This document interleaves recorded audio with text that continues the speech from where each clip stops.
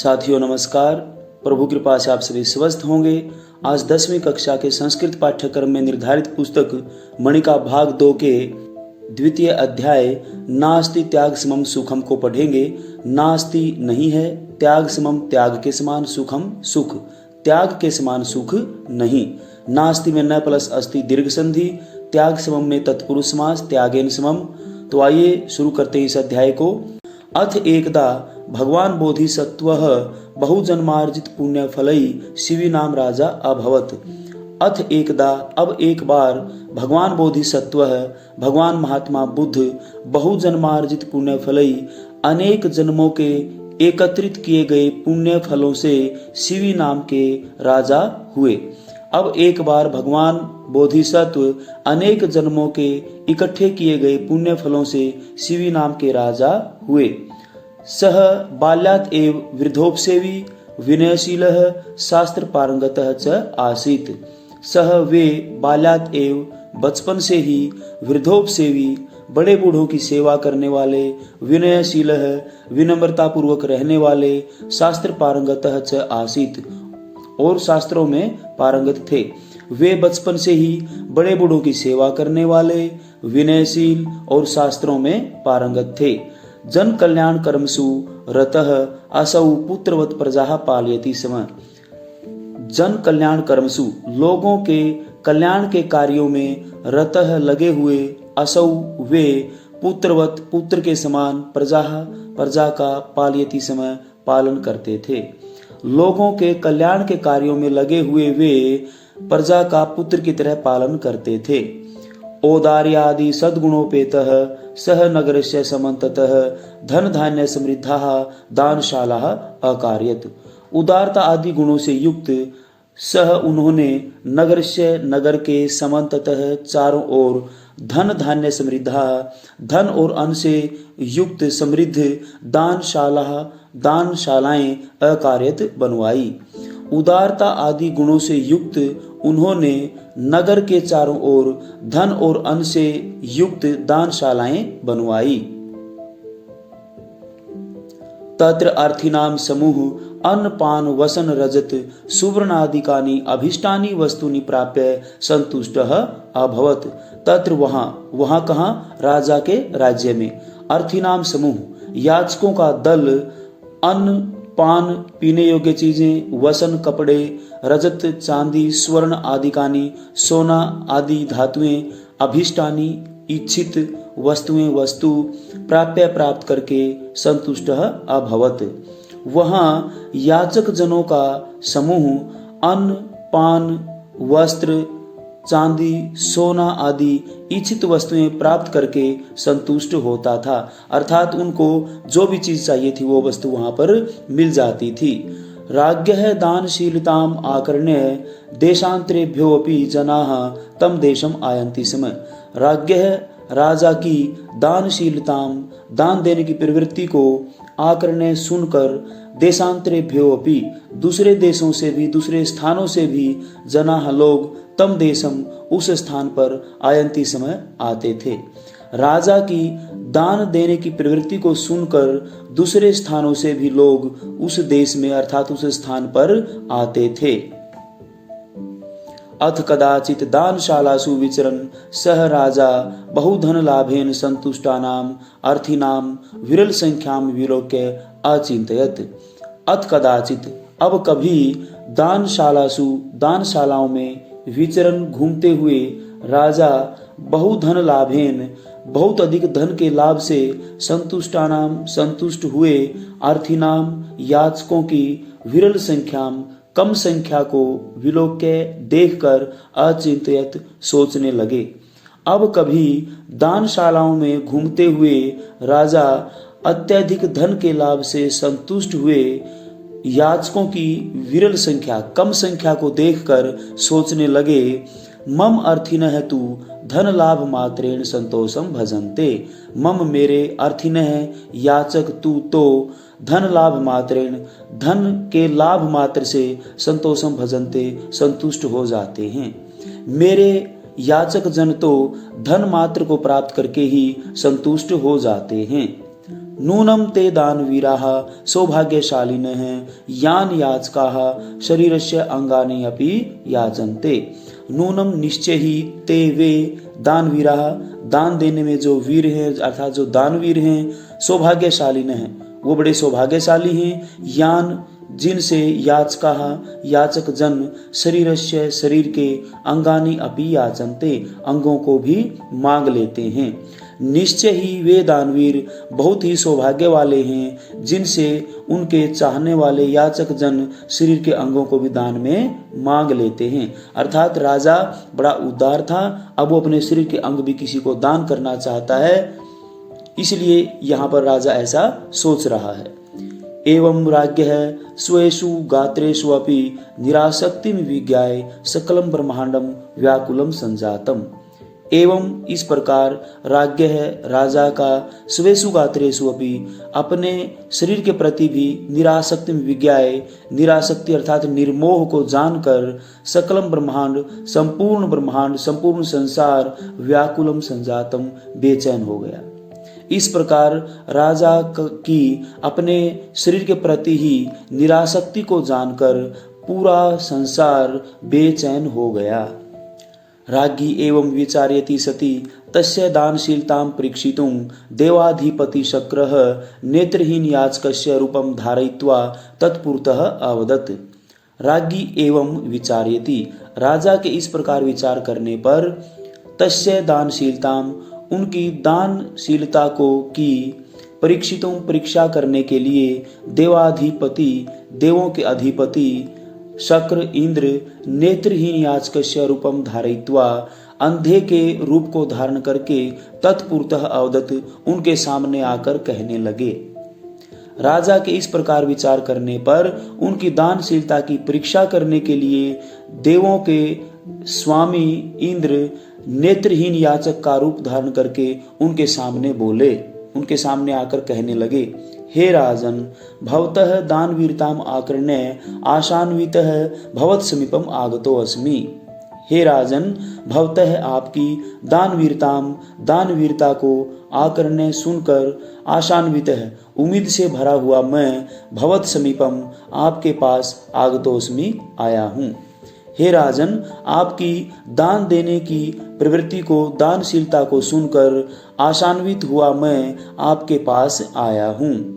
देव रवि शशि तारा मंडल भूषितम जगत एतत् कथमिव पश्येयम चक्षुर्हीनः।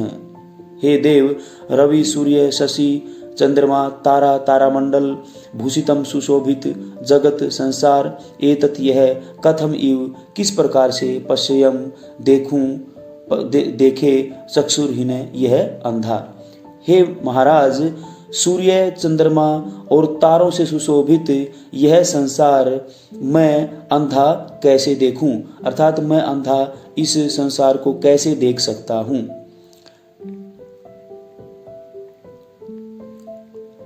राजा उवाच कहने लगे, हे भगवान, भवन मनोरथम पूरयित्वा आत्मानम अनुगृहीतम कर्तुम इच्छामि।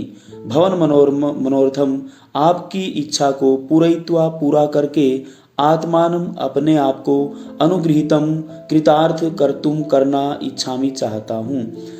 आपके मनोरथ को, आपके मन की इच्छा को पूर्ण करके मैं अपने आप को कृतार्थ करना चाहता हूँ, धन्य समझना चाहता हूँ। आदिश्यताम किम करवाणी, आदेशताम आदेश दीजिए, किम क्या करवाणी करूं, आप मुझे आदेश दीजिए मैं क्या करूं। विप्रः अकथयत, ब्राह्मण ने कहा, यदि भगवान प्रीत है, यदि आप प्रसन्न हैं, तदा तवतः एकस्य चक्षुषः दानम इच्छामि, तदा तब आपसे एकस्य एक चक्षुषः आंख का दानम इच्छामि दान चाहता हूं। तो मैं, यदि आप प्रसन्न हैं तो मैं आपसे एक आंख का दान चाहता हूँ। येन मम लोक यात्रा निर्बाधा भवेत, जिससे मम मेरी लोक यात्रा, संसार की यात्रा निर्बाधा बिना किसी समस्या के भवेत हो, जिससे मेरी लोक यात्रा बिना किसी समस्या के पूर्ण हो जाए। तत्श्रुत्वा राजा अचिंत्यत, तत्श्रुत्वा यह सुनकर राजा अचिंत्यत, राजा ने सोचा, लोके चक्षुर्दानम दुष्कर्मेव, लोके संसार में चक्षुर्दानम आंखों का दान दुष्कर्म एव बड़ा कठिन है। इस संसार में आंखों का दान बहुत कठिन है। नूनम ईदृशम दानम इच्छन अयम याचकः केनापि प्रेरित है स्यात्। नूनम निश्चय ही ईदृशम दानम, इस प्रकार का दान इच्छन चाहता हुआ, अयम याचकः यह भिक्षुक, केनापि किसी के द्वारा, प्रेरित है स्यात् प्रेरित किया गया है। निश्चय ही इस प्रकार के दान को चाहता हुआ यह याचक किसी के द्वारा प्रेरित किया गया है। अथवा भवतु नाम किम बहुचिंतने, अथवा भवतु नाम यानी कि जो भी कुछ हो कोई बात नहीं, किम बहुचिंतनेन अधिक चिंता से क्या है। इति विचार्य राजा अभाषत, इति विचार्य ऐसा विचार करके अभाषत कहा, ऐसा विचार करके राजा ने कहा, भो मित्र, हे मित्र, किम एकेन चक्षुषा, एक आंख से क्या होता है। अहम भवते चक्षुर्दवयम एव प्रयच्छामि, अहम मैं भवते आपके लिए चक्षुर्दवयम एव दोनों ही आंखें प्रयच्छामि दे रहा हूँ, मैं आपको दोनों ही आंखें दे रहा हूँ। राज्ञ है नेत्रदानार्थम निश्चयम ज्ञात्वा अमात्याः विष्णाः भूत्वा अवदन्, राज्ञ है राजा का नेत्रदानार्थम आंखों के दान के लिए निश्चयम ज्ञात्वा निश्चय को दृढ़ संकल्प को जानकर अमात्याः मंत्री विष्णाः दुखी भूत्वा होकर अवदन् कहने लगे। राजा का आंखों के दान के लिए निश्चय जानकर मंत्री लोग दुखी होकर कहने लगे, महाराज अलम एतावता दुस्साहसेन, अलम एतावता इस दुस्साहस, यह दुस्साहस मत करो, इस दुस्साहस से कोई लाभ होने वाला नहीं है। प्रभूतम धनम एव दीयताम, प्रभूतम बहुत अधिक धनम एव संपत्ति दीयताम दे देनी चाहिए, आप बहुत अधिक धन देकर इसको यहाँ से विदा कर दो। अथ स राजा तान अवदत्, अब उस राजा ने उनसे कहा, दास्यामि इति प्रतिज्ञाय यो अन्यथा कुरुते मनः कार्पण्या निश्चित मतेः कह स्यात् पापतरस्ततः। दास्यामि दूंगा, इति प्रतिज्ञाए ऐसी प्रतिज्ञा करके, दास्यामि अर्थात क्या दूंगा, दान दूंगा, कि मैं दान करूंगा, और ऐसी प्रतिज्ञा करके यह जो मन है मन को अन्यथा कुरुते अन्य प्रकार का बना लेता है, अर्थात उसको देने से फिर पीछे हटता है, कार्पण्य अनिश्चित मते है ततः पापतरः कह स्यात्, ततः उस हृदय की दुर्बलता वाले और अस्थिर बुद्धि वाले मनुष्य से अधिक पापी और कौन होगा। यानी राजा ये कहना चाहते हैं कि यदि मैं दान करने की अब मैंने हाँ भर दी है और यदि मैं वो दान नहीं करता हूं तो मैं बहुत बड़ा पापी बन जाऊंगा, इसलिए मैंने जो कहा है उसको पूरा ही करूंगा।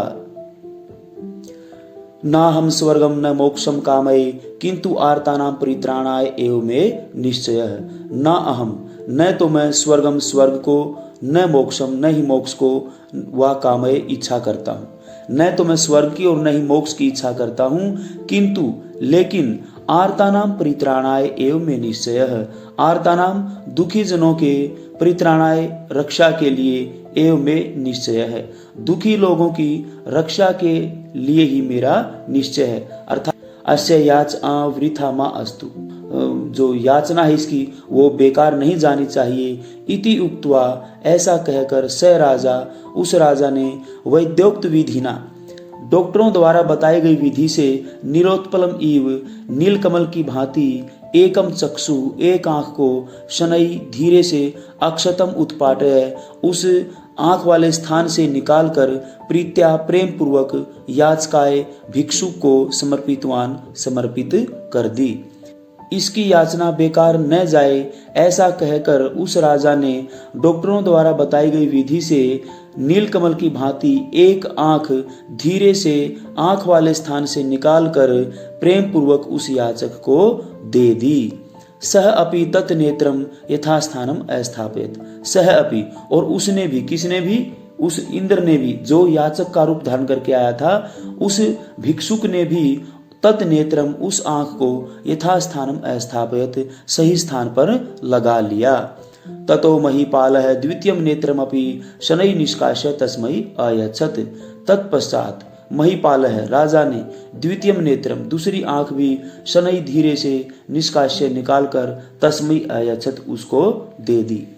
तब राजा ने अपनी दूसरी आंख भी धीरे से निकालकर उसको दे दी। अथ विस्मितः शक्रः अचिंतयत् अब हैरान हुए इंद्र ने सोचा, अहो धृति अहो सत्वम अहो सत्वहितैषिता।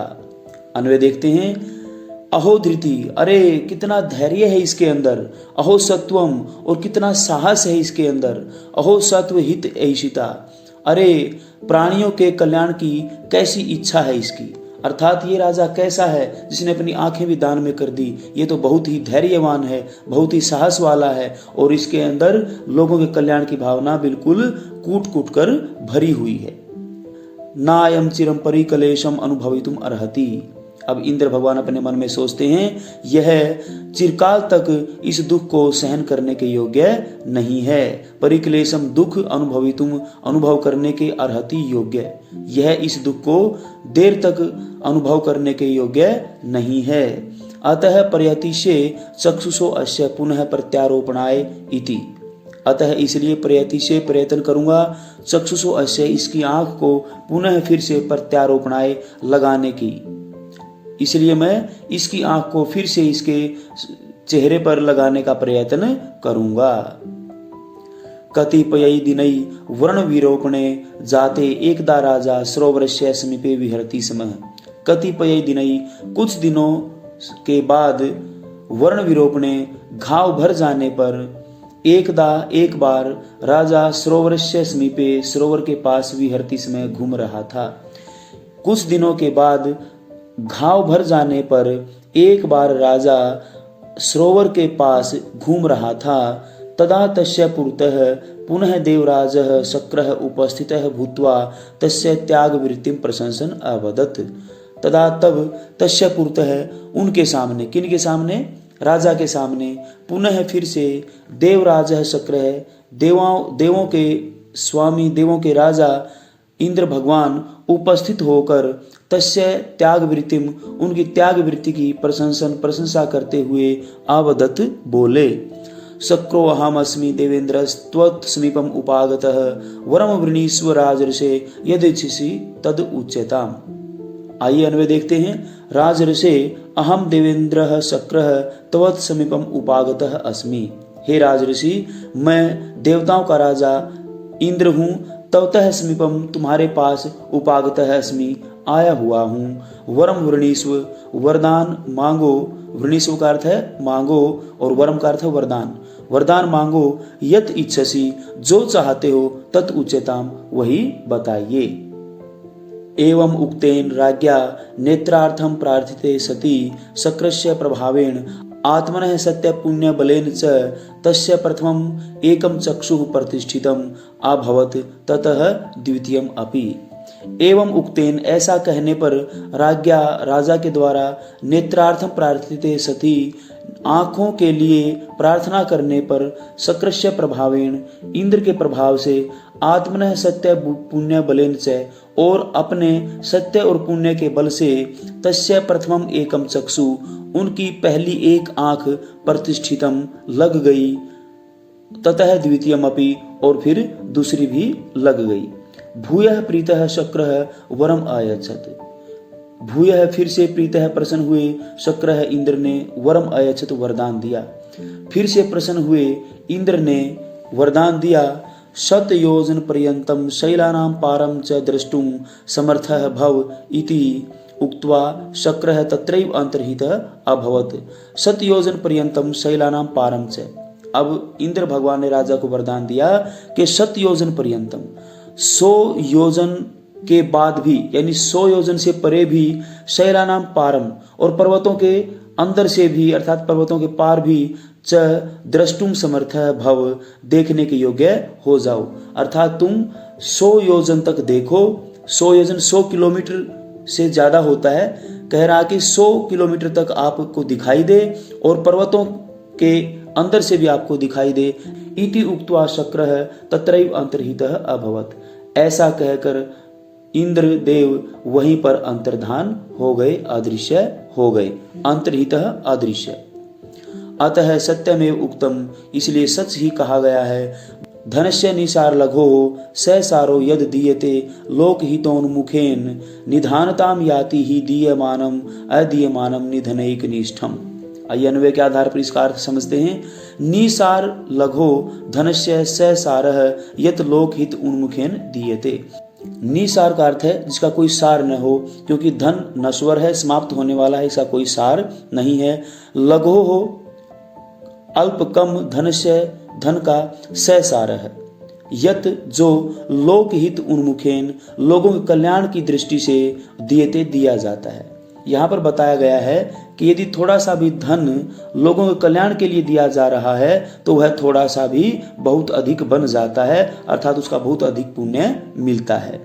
दीयमानम धनम निधानताम ही याति, दिया गया धन संपन्नता को प्राप्त होता है, अर्थात जो दान में हम देते हैं वह हमारी संपन्नता को, हमारी समृद्धि को बढ़ाता है। अदीयमानम धनम निधन एक निष्ठम भवति, और न दिया जाता हुआ धन तो फिर विनष्ट ही हो जाता है। अर्थात जब धन को दिया ही नहीं जाएगा, किसी को दान में नहीं दिया जाएगा, खुद भी उसका इस्तेमाल नहीं किया जाएगा, तो ऐसा धन फिर बिल्कुल समाप्त हो जाता है।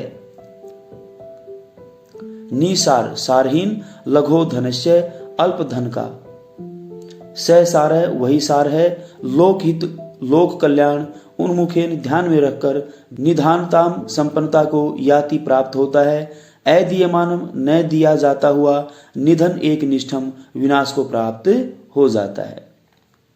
तो इस प्रकार से साथियों इस पाठ का ये हिंदी अनुवाद था। यदि आपको समझ में आया तो लाइक शेयर सब्सक्राइब करें और एक प्यारा सा कमेंट भी करें। वीडियो देखने के लिए आपका कोटि कोटि धन्यवाद।